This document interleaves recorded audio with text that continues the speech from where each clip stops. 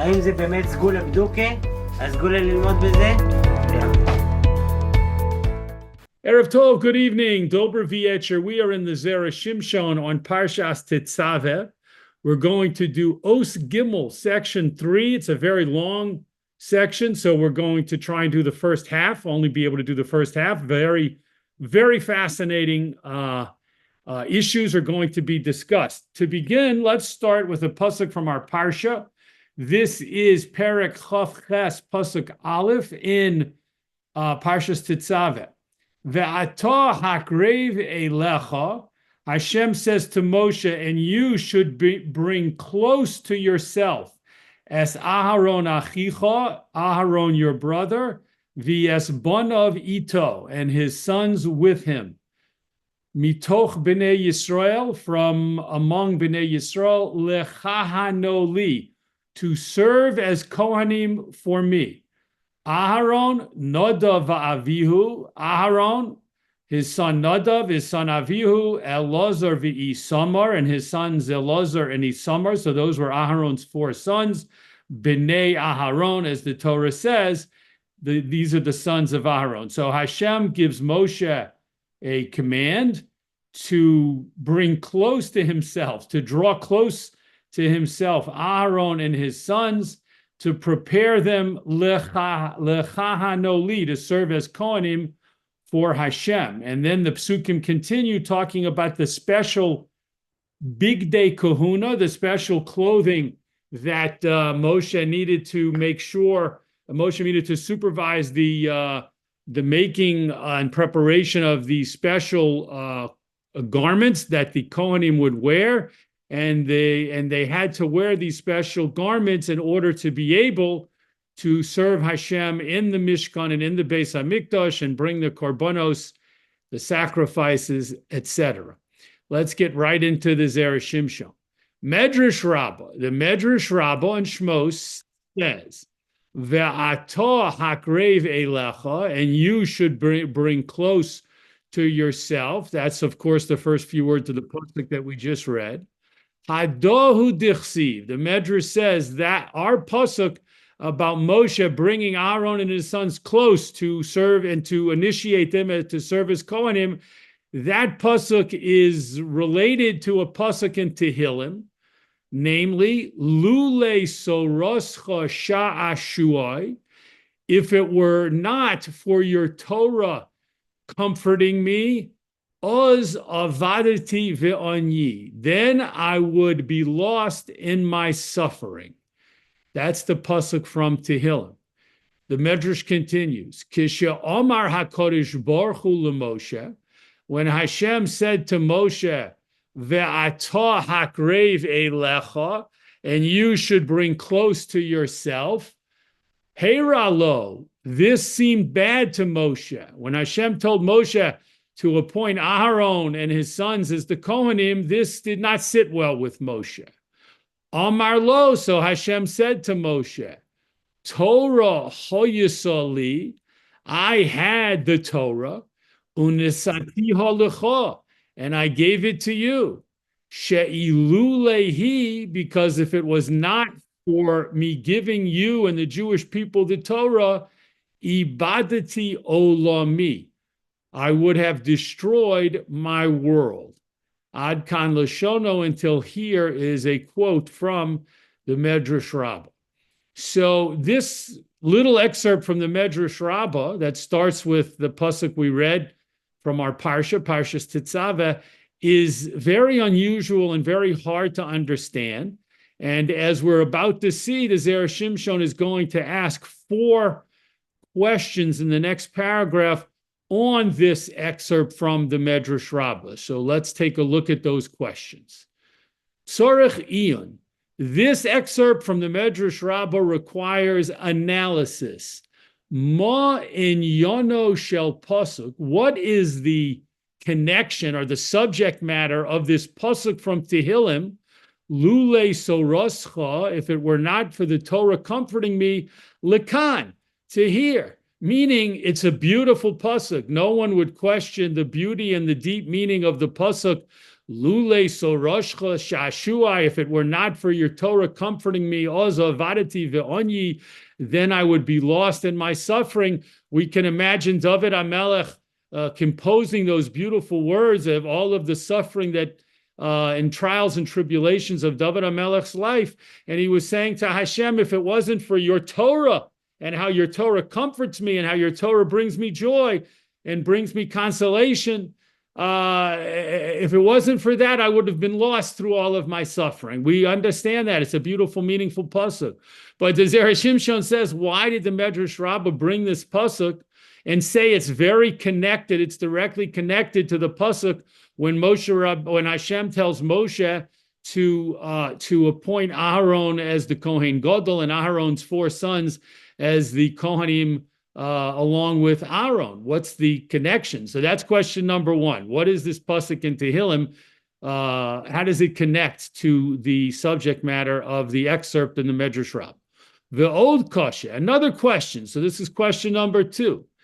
Eich efshar shemoshe, how is it possible that Moshe, dichsiv bey, that it's written about him in the Torah, v'ha'ish Moshe onov me'od, and this man Moshe was exceedingly humble, yiyeh meitzar, could be troubled and bothered b'gedulas ochiv, with the great responsibility, with the great appointment that was given to his brother Aharon. Umatzino be'Aharon hefech mizeh. We found with Aaron the exact opposite of this. Kedichsiv, as it's written in the Torah, v'ro'acha v'samach b'libo, and he will see you and he will rejoice in his heart.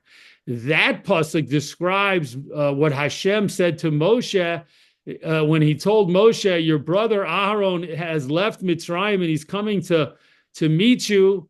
And when he meets you and he hears that you received the mission of redeeming the Jewish people, he will rejoice in his heart. So the Zera Shimshon, in his second question, is asking, according to the excerpt from the Medrash Rabbah in the first paragraph, it bothered Moshe. It disturbed Moshe that he was told by Hashem to appoint Aaron as the Kohen Gadol and Aaron's sons as the Kohanim. That bothered Moshe. So Zera Shimshon says, how is that possible? Moshe, the Torah itself testifies about Moshe that he was the most humble man that ever lived. He was an exceedingly humble person. And we know that Aaron, who is not called the most humble person who ever lived, celebrated over his brother Moshe, as Hashem tells us Aaron would celebrate over his brother's Moshe's great appointment and great promotion. But somehow we're seeing in the Medrash Rabbah that Moshe was disturbed by Aharon's great appointment. That's question 2. Ve'od, and another question, ma terutu zeh, what is this answer? Torah hoyisali, I had the Torah unisatiha lecha, and I gave it to you. So question 3 is, what's the meaning of Hashem's answer to Moshe? Moshe is upset, and Hashem says, I had a Torah and gave it to you. Well, okay, but how is that relevant to Moshe's problem? Moshe's bothered that he's not being appointed as Kohen Gadol, and he's being told to appoint Aaron as Kohen Gadol. Apparently, Moshe really deeply wanted that appointment. He wanted to be the Kohen Gadol. And now he's being told it won't be you, Moshe, it will be your brother Aaron. Appoint him as Kohen Gadol and appoint his sons as the Kohanim to follow after him. And Moshe was upset about that. And Hashem says, I had the Torah and gave it to you. How exactly is that an answer to Moshe's specific problem about not being appointed as the Kohen Gadol? V'loma hutrach lomar. And why did the Medrash Rabbah need to say, why did it need to add that additional phrase, she'ilule hi ibadati olami? If it wasn't for the fact that I gave the Torah to the Jewish people, I would have destroyed my world. What's the relevance of that additional statement? And why did Hashem say it according to the Medrash Rabbah? So we have those 4 questions, which certainly show us how kind of mysterious, how kind of hard to understand is this little excerpt, this short excerpt from the Medrash Rabbah. And luckily, fortunately for us, the Zera Shimshon is going to begin to explain all of the things that we need to know to, most importantly, understand the psukim and our parsha in the correct way and in the deepest way, and also be able to answer the 4 questions and understand the Medrash Rabbah in a way where the 4 questions will be resolved. Let's continue in the next paragraph, bottom on the right. V'noda, and it is known, shebishvil she'omar Moshe, that it is because Moshe said, Shalach no biyad tishlach, send, please, in the hand of the one you will send, and we'll talk about that pasuk in a moment, but because Moshe said that, it is known, nitlo mimenu hakehuna, the right to be the leader of the Kohanim, the first Kohen Gadol, was taken away from him because Moshe said those words. Before we continue, let's explain those words. So when Hashem comes to Moshe at the famous burning bush, the sneh haboer ba'esh, the bush that was burning on fire, ve'einenu ukal, and it wasn't consumed, Hashem appeared to Moshe at that time and at that place, and Hashem gave Moshe, said, I'm going to send you back to Mitzrayim to redeem, to take out, to rescue, to save the Jewish people, to save Bnei Yisrael. And Moshe did not accept the mission, and Moshe had all kinds of reasons, presented all kinds of reasons why he was not the appropriate person. And Moshe said, Shalach no biyad tishlach, send, please, in the hand of the one you will send. Send someone else. Normally, when we learn that pasuk in Chumash, especially if we look at Rashi, we assume that Moshe is referring to his brother Aharon, and that fits into the story in the psukim that Moshe said, don't send me, send my brother Aaron. Aaron was Moshe's older brother, and Aaron was a Navi. That means Hashem had already spoken to Aharon, and Moshe, of course, knew that his brother Aharon, his older brother, was a Navi who Hashem spoke to. And so he said, send my older brother, I'm not worthy, send Aharon. Because he said that and he refused the mission, the possibility of him, Moshe, being appointed as the first Kohen, the first leader of the Kohanim, and having the future Kohanim descend from his children, was taken away from him. As we say in the 12th chapter of Meseches Zevachim, Omar HaKodesh Baruch Hu, Hashem said, Ani amarti, I said, this is Hashem speaking to Moshe. Ani amarti, I said, top of the next column on the left, Shetihiyeh ata Kohen. I originally said, Hashem told Moshe, that you would be the first Kohen, the Aharon Levi, and Aaron would be a Levi, meaning Aaron was from, Moshe and Aaron both were from the tribe of Levi. And so Hashem said, my plan was for Aaron to stay as a member of the tribe of Levi and perhaps receive an important position within the tribe of Levi. But you, Moshe, it was my plan to appoint you as the Kohen, and your children would be the Kohanim after you. Achshav, but now that you refused your mission to Mitzrayim and you said, Shlach no biyad tishlach, Achshav yeh hadover lehefech. Now it's going to be just the opposite. Aharon will become the first Kohen Gadol. His children will be the Kohanim after him, and you, Moshe, will be a regular member of the tribe of Levi. Now, of course, we know, and Hashem certainly knew, that Moshe wasn't just a regular member of the tribe of Levi. Moshe was the leader of the Jewish people, the one who went up on Har Sinai and received the Torah from Hashem and gave it to the Jewish people for all generations. Moshe was the one who ultimately accepted the mission and was successful to rescue the Jewish people from Mitzrayim. So he wasn't a regular person or a regular member of the tribe of Levi by any stretch of the imagination. But with all that being said, when it comes to his position in terms of whether he was a Levi or a Kohen, he was not appointed to be the first Kohen Gadol, and his children did not follow him as Kohanim. It was Aaron who became the first Kohen Gadol, and Aaron's children continued on the kahuna, the priesthood. Next paragraph. Ve'ech onesh zeh. How is this punishment, meaning the taking away of the kahuna from Moshe, how is it midah keneged midah? How is it measure for measure? Meaning we know that Hashem, when he punishes someone, punishes them midah keneged midah, measure for measure. The punishment, the onesh, has to correspond to the sin, to the avera, to the transgression. How does taking away the kahuna from Moshe correspond to Moshe saying, Shalach no b'yad tishlach, don't send me, I'm not worthy, send someone else. Send Aaron, for example. How does that correspond? Yuvan, this can be understood, b'mai de'iboyilon b'perek daled nidorim. It can be understood with a question that is asked in the 4th chapter of Maseches Nidorim. Ikohane, if the Kohanim, Shiluche derachamona, are they to be considered messengers of Hashem? O Shluche didan, are messengers of ours, of the Jewish people. So the Gemara over there in Maseches Nidorim poses this very, very interesting question.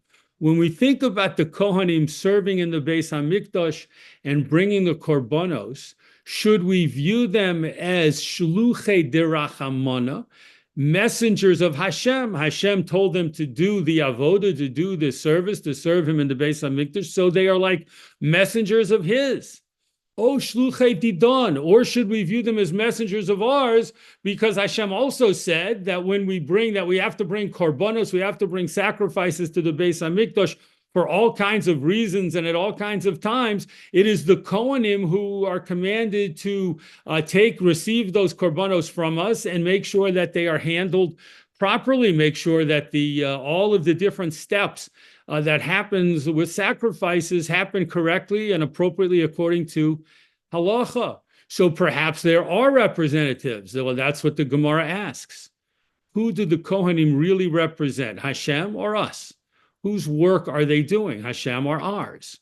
My nafkamina, the Gemara says, what's the practical difference between these two possibilities? In other words, the Gemara says, is this just a theoretical argument or a theoretical debate? Or is there a real practical difference between these two viewpoints about whether the Kohanim are Hashem's representatives or our representatives? So the Gemara answers, Lemudar Hanoah. The practical difference relates to, I should say, a person who has taken a vow not to benefit, not to derive any benefit, not to gain any benefit from a specific Kohen. So let's imagine, this is now a hypothetical case.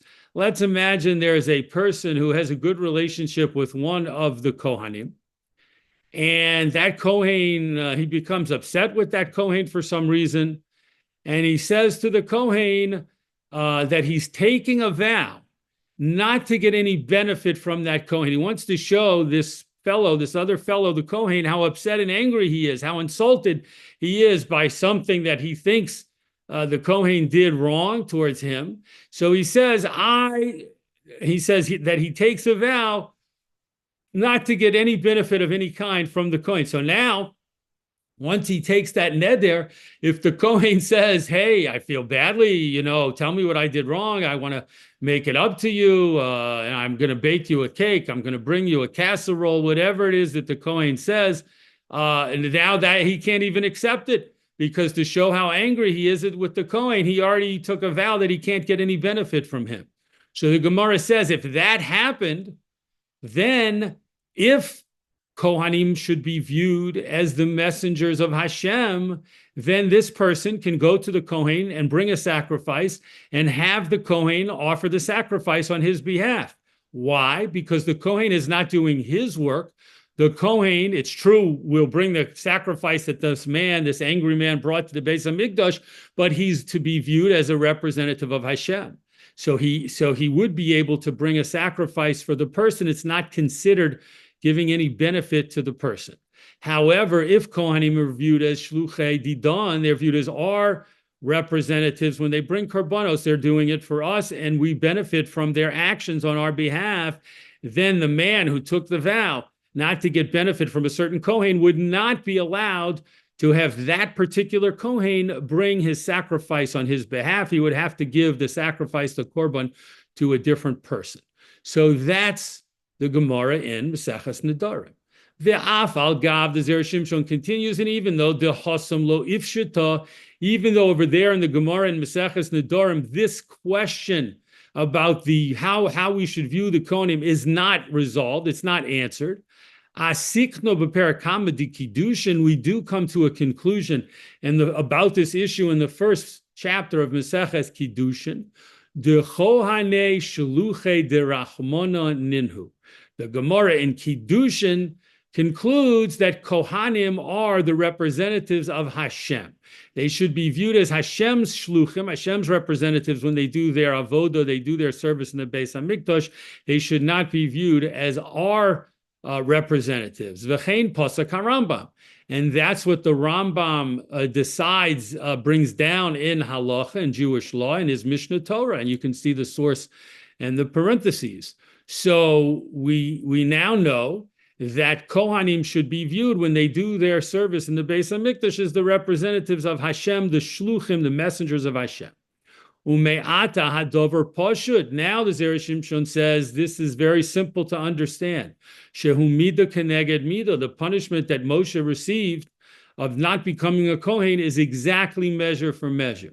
Shelefisha Moshe me'ein lo leches, because Moshe refused to go bishlichuso shel HaKodesh Baruch Hu and fulfill the message of Hashem, the mission of Hashem, meaning Moshe refused at first and for a long time when Hashem told him, go down to Mitzrayim and rescue the Jewish people. Moshe refused to do it. Mishum hachi, because of this, lo rotza od, Hashem no longer wished, sheyeh shlucho ba'avodas hakahuna, ba'avodas kahuna. Hashem no longer wanted Moshe to be his representative and his messenger in doing the service of the kahuna in the Beis HaMikdash, doing the work of the Kohanim and being the leader, being the Kohen Gadol of that work. So let's pause for a moment. So the Zera Shimshon says everything fits together, not the four questions. We haven't even come close to answering the four questions yet. But everything comes together in these preliminary points that the Zera Shimshon is developing. How does it come together? Because Zera Shimshon brought us a statement from the Gemara, which in Zevachim, which taught us that when Moshe refused his mission at first to go to save the Jewish people, he lost the right to be a Kohen. And then Zera Shimshon says, how are those two things connected? And the answer is when Moshe refused to be Hashem's shliach to go to Mitzrayim, Hashem said, I was holding the job of another job of my shlichus. It's the mission of being the first Kohen Gadol. And that's being my representative. So you didn't want to be my representative. You refused to go to Mitzrayim to be my representative. So then I no longer want you to be my representative as the first Kohen. And instead, that extraordinary privilege, that unprecedented privilege was given to Moshe's brother, Aharon. Next paragraph.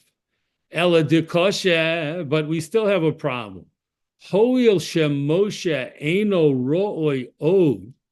Since according to what the Zera Shimshon has explained to us, Moshe was no longer fit liyo shlucho shel HaKodesh Baruch Hu, to be a messenger of Hashem. Lama Amar HaKosov, why does the Torah say, Hu yiyeh lecha lefeh? This is quoting Hashem's statement to Moshe. He, meaning Aharon, referring to Aaron, will be for you as a mouthpiece. Aaron will be your spokesperson, your spokesman. Ve'ato tihiyeh lo lelohim, and you will be for him a master. But the Torah chooses to use the word that looks like one of Hashem's names. So why does the Torah say that Moshe will be like Aharon's master when they go down together to Mitzrayim with this mission, this joint mission of coming to Paro and telling Paro to free the Jews from servitude? Why does the Torah say that Moshe will be lelohim, like a master to Aaron, but using a word that almost seems like he'll be like a god? When Moshe, as we'll see, this is not a term that should be used to refer to him, as we'll see in a moment. Ve'od ksiv, another pasuk says something similar. Re'eh nesaticho Elohim lefaro. See, I have made you a master to Pharaoh. That's Hashem also talking to Moshe. So Hashem says you're going to be like a master to Aaron, your brother, and you're going to be like a master over Paro. And in both cases, the Torah uses the word Elohim, which is like a name of Hashem. And why is Moshe being referred to in this way? De Bishlama, it would have made sense. Im Moshe hoya shlucho shel makom.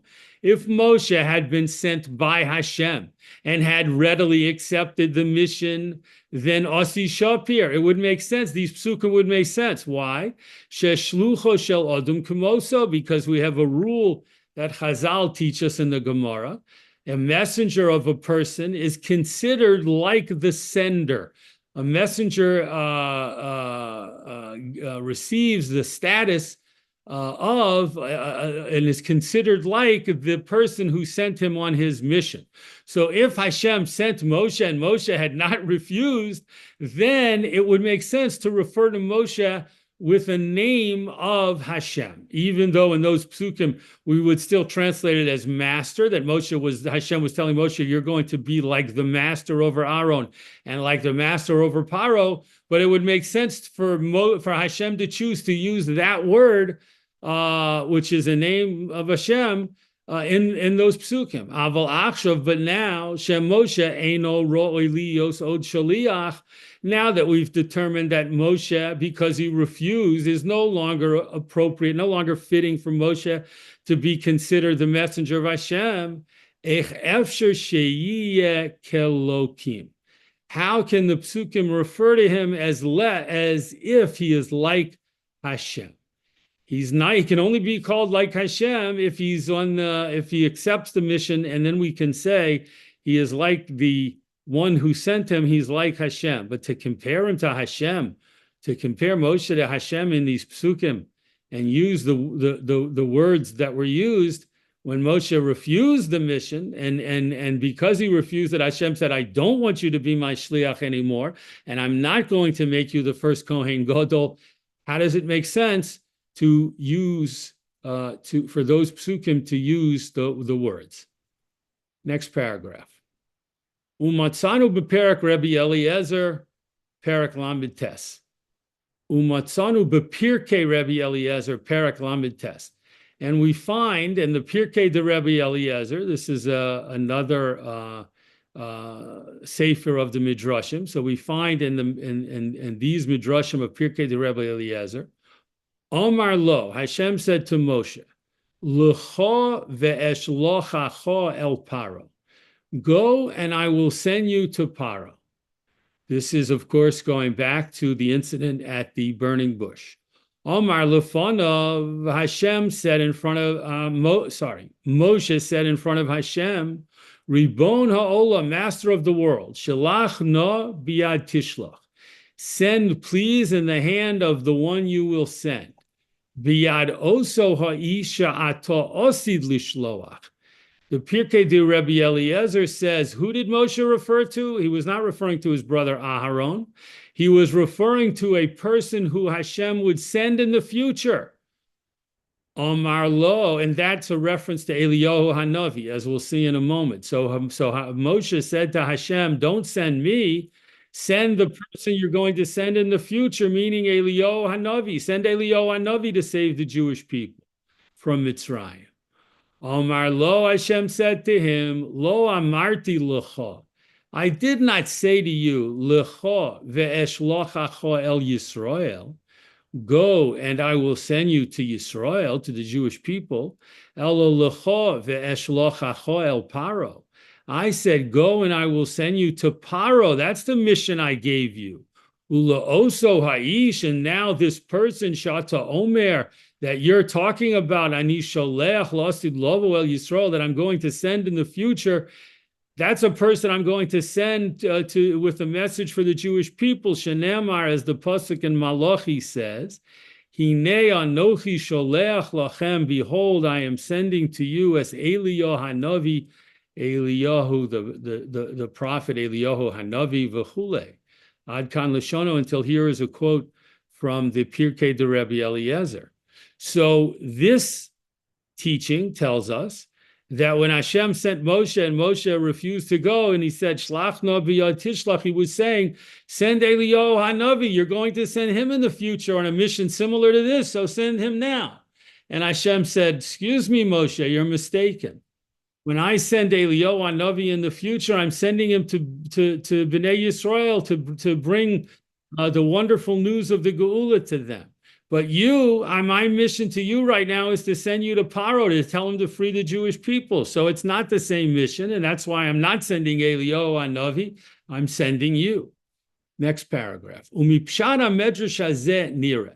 From the simple understanding of this medrash in the Pirkei de Rabbi Eliezer, it would appear Shemoshe lo me'ein ella. Moshe did not refuse except laleches b'shlichuso shel mokum el Yisrael. Moshe only refused to go on Hashem's mission if it was to the Jewish people. Umnom, however, lefaro lo me'ein, to go on the mission to Paro, he did not refuse. V'lochein, and therefore Shapir Omar Kra, it's appropriate for the pasuk to say, Re'ei nisaticha Elohim lefaro. Look, Moshe, I am making you a master over Paro, and to use the word that is in other places in the Torah more often used as the name of Hashem. Dishlucho shel adam kumoso, because the messenger of a person is like the sender, is like himself. So since Moshe only refused to go if his mission was to the Jewish people, but he had no problem going if had he understood the mission, the primary mission was to Paro. So therefore, this whole idea of Hashem rejecting him means Hashem only rejected Moshe as a messenger to the Jewish people. Hashem did not reject him as a messenger to Paro. So it's okay for the psukim to use the words for master that are alluding to Hashem's name, because Moshe was, after all, being sent by Hashem to Paro, and shlucho shel adam kamoso, a messenger of a person, can be referred to like that person. In this case, like Hashem.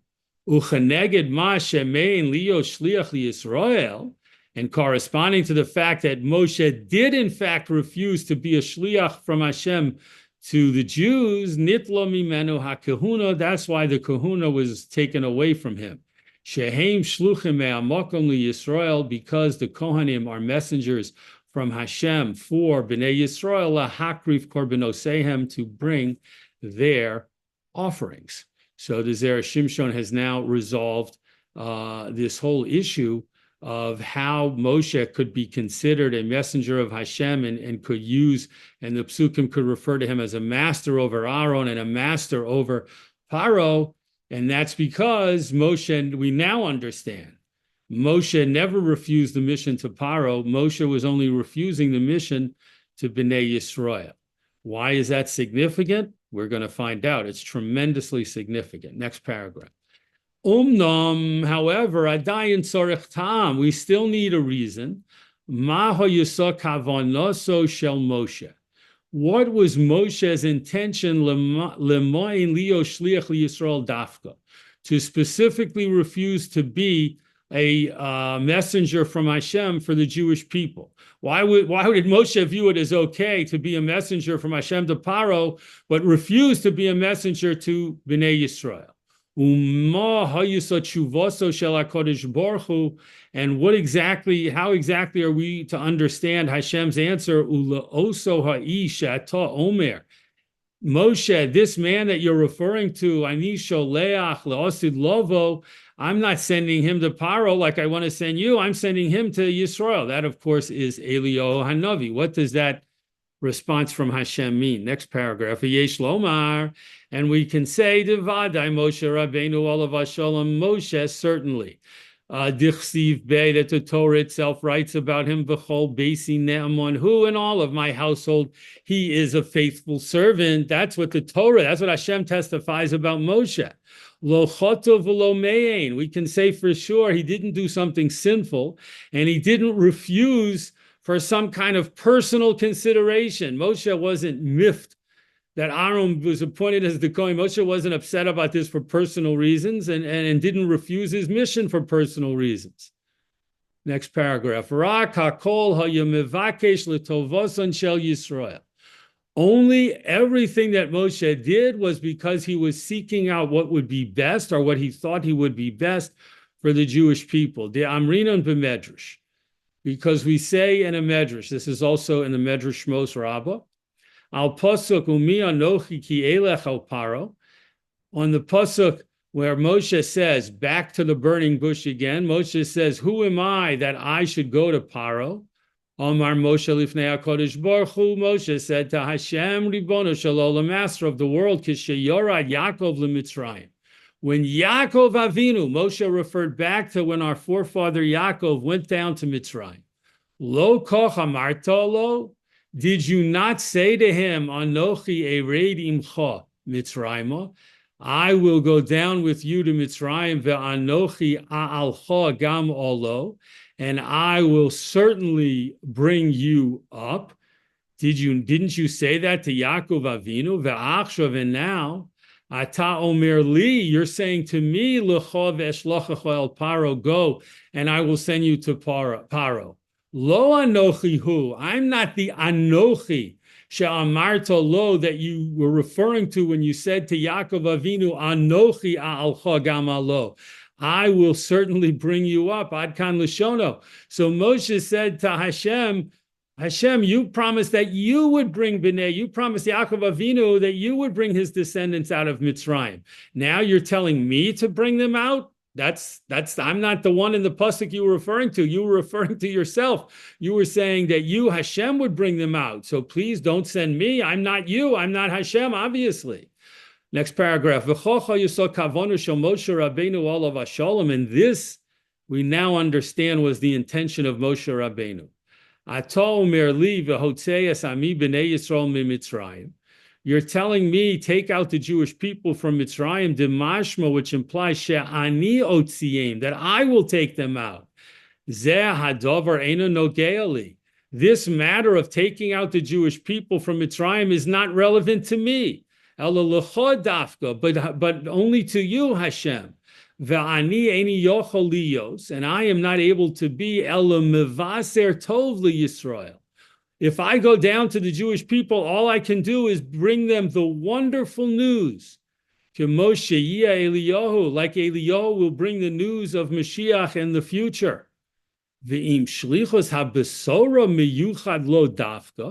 And if bringing special, wonderful, good news is Eliyahu's mission in the future, Gamato, also now, Yesh l'chol lishloach al yodo.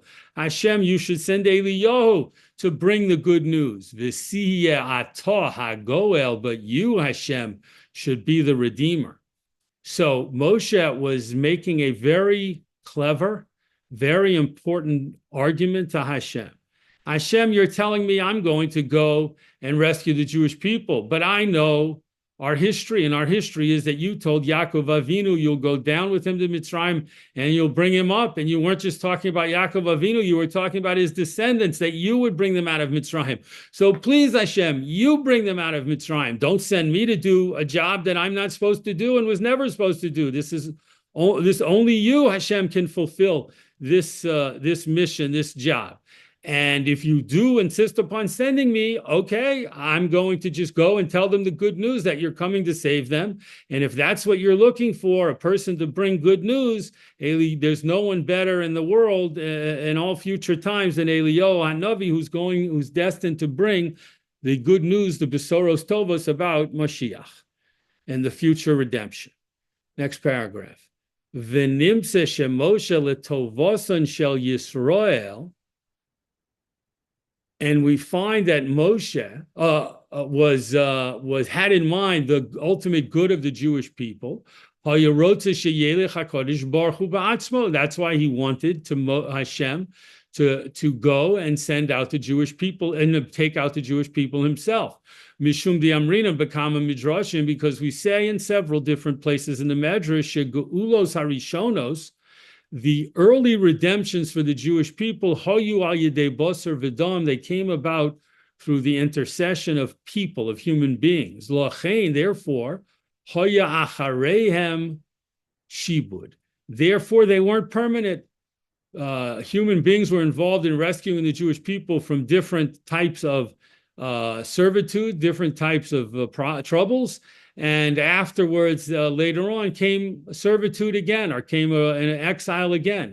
However, Ha'geula ha'achrona, the last redemption in the end of days, tiyeh biyad HaKadosh Baruch Hu, it will be done by Hashem, at the hand of Hashem. Lachein ein achareha shibud. Therefore, there will be no further suffering, no further slavery or enslavement after that geula.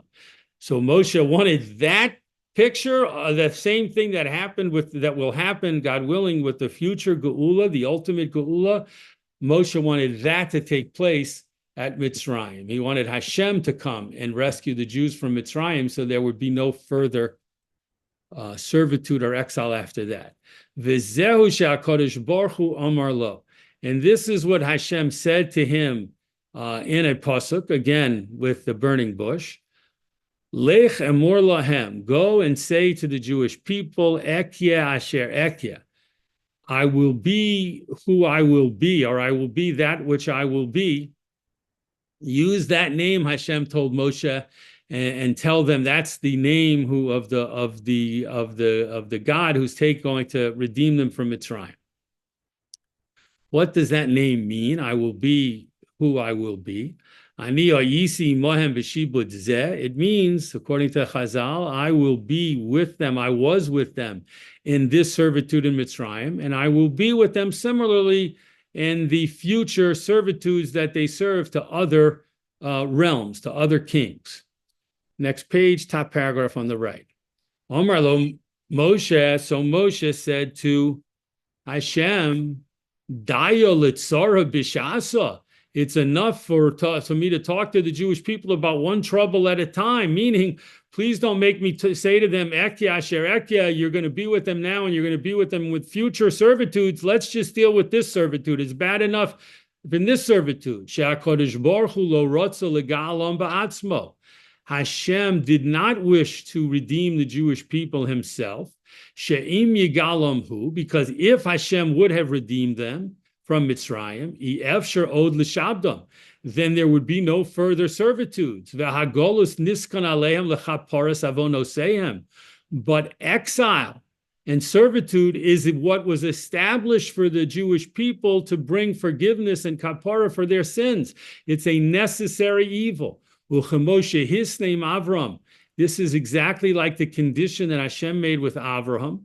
She'avraham be'er lo hamalchios. Avraham himself chose the exile for the Jewish people when they sin to be exiled to other kingdoms. This is a reference to a well-known statement by Chazal. You can see the quote from the Bereshis Rabbah, the Medrash Rabbah on Bereshis. Hashem said to Avram, in the future, the Jewish people are going to sin, and I'm going to let you choose, Avraham. When they sin in the future, when they sin grievously, should their punishment be Gehenna, or should their punishment be Shibud and Golus, exile and servitude? If you say exile and servitude, then this will save them from the punishment of Gehenna, but they will in the future have to go into different exiles and serve different kings. And Abraham chose the exile, the Golus and the Shibud. V'im lo yeh Golus, if Golus would not exist for the Jewish people, Hoy Yisrael chayovim koloya, God forbid the Jewish people would have to be destroyed. Shegolo v'yadu lefonav shasidin lachto, because Hashem well knew that the Jewish people were destined in the future to sin. So now we begin to get to the crux of the matter, and that one of the cruxes of the matter, and that is that as bad as Golus and Shibud is, as bad as exile and subjugation is, as terrible as it is, and as much as we would think that if there's any way to stop that from happening, it would be so wonderful for the Jewish people, now the Zera Shimshon is saying that's not really accurate, because Golus and Shibud is a way of bringing kapara to the Jewish people, and through that they are ultimately redeemed, and they don't suffer worse and more terrible punishments in Gehenna, and it's actually a necessary step, a necessary process for the Jewish people to sometimes suffer through Golus and Shibud. Continuing in the next paragraph. Moshe Hayasover, Moshe himself thought it. Didn't Moshe, in other words, Moshe should have understood all this. Why is he still arguing for Hashem to save the Jewish people from Mitzrayim? Because he thought, Torah, he thought after the Jewish people accepted Torah, Dichsiv bo chorus. It's written about the Torah that it was chorus, it was carved al haluchos, on the stones. And we say chorus alludes to cherus mimalach hamaves. It alludes to cherus, which means freedom from the malach hamaves, the angel of death, who's also the Satan, and the Yetzer represents the Yetzer Hara. So Moshe thought Hashem will take the Jewish people out, and that could be a problem if they sin, because they won't have the opportunity of forgiveness through Golus and Shibud. Moshe thought they're not going to sin anymore. They're going to come to Har Sinai. They're going to receive the Torah, and that's going to free them from the Malach HaMaves and the Satan and the Yetzer Hara, so there'll be no more sinning. Od lo yashuvu lechisla, so the Jewish people will never return to the foolishness of transgressions. Umashehiski makadosh baruch hu imo, and the fact that Hashem agreed with him, meaning Hashem said, okay, don't say Ekia asher Ekia, just say Ekia, one Ekia. Shenemar, as the pasuk says, Kosomar levinei Yisrael Ekia shalachani aleichem. Hashem said, okay, say to Bnei Yisrael that Ekia, not Ekia asher Ekia, not I will be that I will be, just say Ekia sent me to you, which takes away the whole idea of future exiles and future suffering. Lo hoya ela laharosam. That wasn't because there would be no more future exiles or suffering. Rather, it was to show them sha'adayin yesha bechiro lifnehem, that there was still a choice in front of them, livchor batov, that they could choose good, velimos bara, and they could reject bad, ve'ein yedi also machrachas, and this knowledge that Hashem had, that they would sin in the future, doesn't compel them to sin. They still have bechira, they still have free choice. And the fact that Hashem says, I know that I need to keep open the possibility of future exiles and future subjugations because of future sins, that doesn't force the Jewish people to sin. They still always have bechira, they always have free will. Last paragraph. The Tomar, and if you say, Hey, Achkiyim HaKadosh Baruch Hu, Mashivtiach Yaakov, how in fact did Hashem fulfill his promise to Yaakov Avinu on Nochi Alcha Gamalo? I will certainly bring you up. If Hashem wasn't the one, Hashem said, I'm not going to take them out of Mitzrayim, Moshe, I'm sending you to do it. It's going to be brought about through a human being.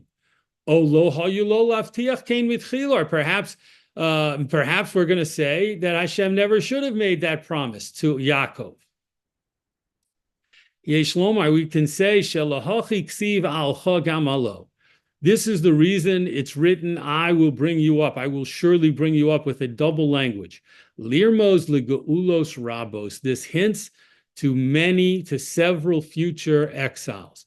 Ve'anochi yiskayim behagula achrona. Hashem is saying, I am going to ultimately bring you up after many future exiles because I'll be the one to rescue you from the final one, the last redemption that needs to happen in the time of Mashiach. At the end of days, Hashem says, that's the one I'm going to do. And this is what Hashem was answering to Moshe. Ve'oso ha'ish, that man, meaning Eliyahu Hanavi, ani sholech lo sidlavo, I'm going to send him in the future. Ve'af al pisha kavanos Moshe hayisotova. And even though Moshe's intention in trying so hard to refuse to accept the mission from Hashem, because he wanted Hashem to go and save the Jewish people, which would have meant a permanent redemption. HaKadosh Baruch Hu medaktek im chasidov. Hashem is exceedingly careful with his pious ones. Kechut hasa'ara, like the width of a hair. In other words, Hashem doesn't allow even the tiniest departure from his will from those who are considered chasidov, his pious, righteous tzaddikim. Shelo hayilo l'sarev kol kach, Moshe should not have fought so hard against it. Achar devorav shel HaKadosh Baruch Hu, after Hashem spoke to him and said words to him and tried to convince him to go, Moshe should not have fought so hard against it, even though his intention was good. V'nitla mimenu hakahuna, and so the kahuna was taken away from him and given to Aaron. And we understand now not all of the answers to the original 4 questions, but we understand a lot more about what was going on in the different dialogues that the Midrashim and Chazal are quoting about Moshe and Hashem speaking, and what was going on in the Torah itself back in Shmos, when Hashem tried to send Moshe on the mission to Paro and to rescue the Jewish people, and Paro refused. We now know what that was all about, and what Moshe was trying to accomplish for Bnei Yisrael then, and for Bnei Yisrael in future times. Yasher koach to joining us this week in the Zera Shimshon. We look forward, God willing, to learning again together in the Zera Shimshon next week.